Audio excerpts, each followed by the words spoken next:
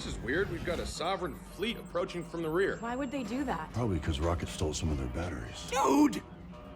Right. He didn't steal some of those. I don't know why they're after us. What a mystery this is.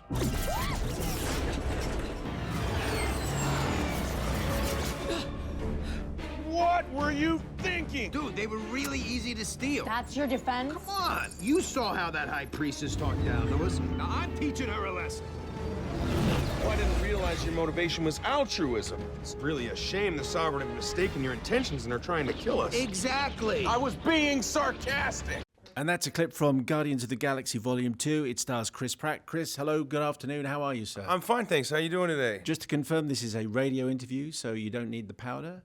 And, Do you mind? I still want to be primped and looking good, just for you. That would be absolutely fine. And you can sip away at your triple, quadruple espresso. Thank you. I will.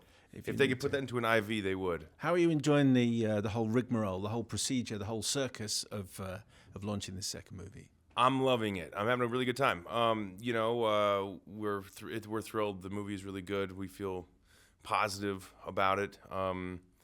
And it's a thrill to be able to talk to people about it. You looked as though you were having a great time at the premiere, I did? And the premiere was great. Everyone was dancing. They were playing music, and people were on their feet. There was like a laser light show and a DJ, and the energy was really high. It was nice. Those types of moments, they're really special. When the fans are just excited, you can feel it, this fever pitch, the calm before the storm, and you kind of live for those moments.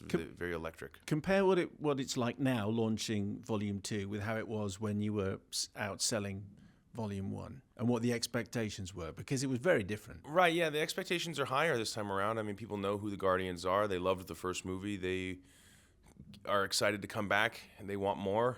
And I think we've exceeded those expectations, and that was a difficult challenge. So but when you were out there launching the first one, what did you think would happen to the movie? I thought the movie was going to be lukewarm, mediocre success. I thought everyone touted the first movie as being Marvel's first flop. I thought the movie was good. But why did they say that? I don't know. I don't know. No, there was no big stars in the movie. No one knew who the Guardian. I don't know, because they're idiots. And did part of you then think that was right? Yeah, I feared that it might be right. Yeah. So then, when did you realize that actually that was wrong and there was something very big happening? Well, I mean, I knew when I saw the movie that I thought the movie was very good. But it's impossible to have any objectivity when it comes to these things. You can't really sit there and make a judgment. You have to just wait and see. And so after the opening weekend, I think they predicted a certain amount of success, and it exceeded that. And I think at that moment I knew. I mean, it all felt very, it all started rolling in, like the critical acclaim and the success, the commercial success was all happening. So right around the time that it opened, I mean, up until that point, we thought we had this secret. We thought we had a thing that people were going to enjoy, and we were just really had our fingers crossed. And you just don't know. You just don't know if audiences are going to connect to the thing that you love, and you just have to wait and see. For new viewers, for people who missed out on Volume 1 and here they are at Volume 2, right. Get us up to speed. Where are we at the start of this film? What have we missed? If you haven't seen the first movie, yeah. All right, then here's what you do. Go home and find some device, check into the 21st century, go ahead and watch it. There are many ways you can do that. And I would do that. But if you haven't, it's essentially a story. And if you have, now that you've done that, I'm assuming that you've all went and downloaded the movie and watched it legally. Legally, of course, yes. Actually, at this point, I don't care. Just get you geared up for the second movie. This is picks up a couple months after the events of the first movie.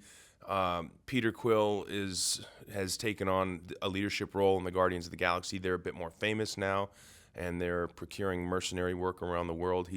Around the galaxy. He's trying to keep them out of trouble with mixed results. And they begin a quest to follow a man named Ego, the living planet. Yeah, now what a name that is. Yeah, it's amazing. It's an amazing name. So just before Ego takes over, is the galaxy in danger then?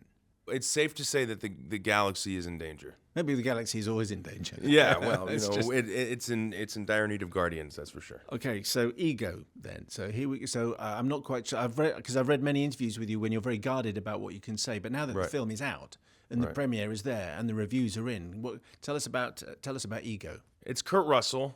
I don't want to ruin it, but all you need to know is it's Kurt Russell It's really good. It opens up the movie and allows us to explore the relationships between all the Guardians. And if the first movie is about becoming a family, this movie is about being a family. I don't want to give away too much. Okay. What an amazing, extraordinary actor to have. When you found out that it was going to be Kurt and you're acting and you're playing the scenes with him, what was that like? Oh man, it was great. I mean, what a thrill! He's an icon from the era that raised Peter Quill and that raised me. I've been a fan of his for decades, and it makes sense. I think it's a brilliant piece of casting. There's something about him that just really fits. He's like the perfect actor to play this part. And working with him, I learned a lot. And after kind of being a fanboy and being super effusive for about 3 minutes and telling him how much I love him and worship him, we got past all that and became coworkers and peers and friends and worked closely with one another through the course of the whole movie. And I got to know him really well, and I just loved everything I learned about him. Because I imagine when you're making a movie, there'll be some relationships that you have because you have to have them because these other people are in the movies. But you seem to hit it off extremely well. So I'm imagining that when you stop filming and at the after party, and that you would have gone off together, and we would have seen you guys just chatting away, that you'd be just friends. That's how it seems, anyway. Yeah, Anna and my wife Anna and I are having dinner with him and Goldie tonight. Is that right? Not to brag, but yeah, isn't that cool? So that's a friendship that's there for a while. Then that's how. Yeah, I think so. Yeah, it's we're definitely kindred spirits, and we share a lot of the same passions. We have oddly similar lives.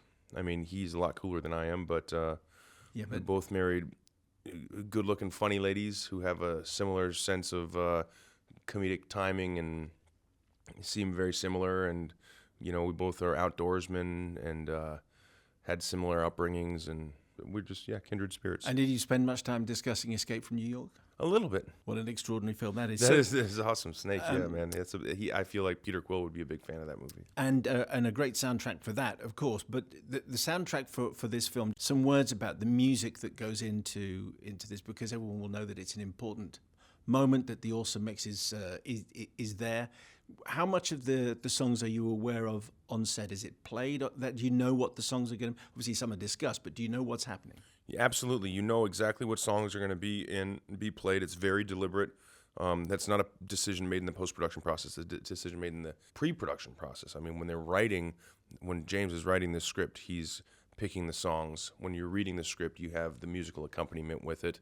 It's very much a huge part of the narrative and the storytelling process. So it's playing on set while you're doing the scene or in the lead? Many times it's playing on set when it's not going to mess with the audio. It's playing on set. They're playing the music in the background. They give us earwigs so we can hear the music in the middle of a scene through any of the musical montage pieces when we're walking. Like they were playing Fleetwood Mac's The Chain when we're doing that whole bit, walking towards the ship to depart and to go explore Ego's planet with him. And they're like, the music takes center stage several times through the course of this film. And I would imagine that you would have, given the success of the first film, you would have pretty much access to any song that you would ever want to have. Well, I think we got every song we wanted. It's pretty cool. It's it was a great era for music, and I think it's really exciting that there's an entire generation of people who might not have ever heard these songs who will become fans of them. And I think for those fans, that's amazing, and also for the bands. Some of whom are, George Harrison and, Fleetwood Mac and Cat Stevens and, but there are other bands that are maybe only had one or two hits at the time. And so for those songs to be starting to be sold over and over on iTunes is probably very meaningful to Yes, I'm sure it is very, very meaningful. Can you even get a cassette Walkman anymore? I don't think so. I think the ones that the Walkman from the first movie, if they're available on eBay, are like $8,000 or $10,000 now, because they're like this thing. But I don't think you can get a Walkman for a cassette anymore. I think one of the bands you might have been thinking of earlier was Looking Glass. Yeah, Looking Glass. I mean, talk about a band. Yeah, I mean, if anyone listening now can name the members of Looking Glass, I would be surprised. But anyway, them or their estate will now be considerably wealthier. Yeah, I think so. I think they were really thrilled to clear their song for the movie and had no idea the narrative responsibility that song and the lyrics of that song have in this film. Listener's question, I think we just got time for this, from Sean Ryan O'Leary. Peter Quill leaves Earth in 1988. This is one of these questions. You might hate these kind of questions. What are the best films he's missed since leaving. Since leaving? Yeah. Oh, I love that. Well, there's Back to the Future 2. He would have been a big fan of the first one. I don't think Back to the Future 2 had been out yet. Okay. And the third is better than the second. Back to the Future? Yeah. No. Oh, come on. The Western? Yeah, I think so. I don't know. The second one's pretty good. Future, 2015 Future, where the Cubs win the World Series. Just the one. And Biff, the real estate hotel guy, is president of the United States. Whatever happened to him? Yeah, that's right. Yeah. He became president. Yeah, that's right. In Back to the Future. I'd say, God, great movies that he's missed. So many. He missed Crouching Tiger, Hidden Dragon. Okay. He missed Shawshank Redemption. He missed. He's missed Jurassic. Oh yeah, Jurassic Park. That would be a big one. He's missed Jurassic Park. He's missed Guardians of the Galaxy. There you go. The most important. There you go. That's the list.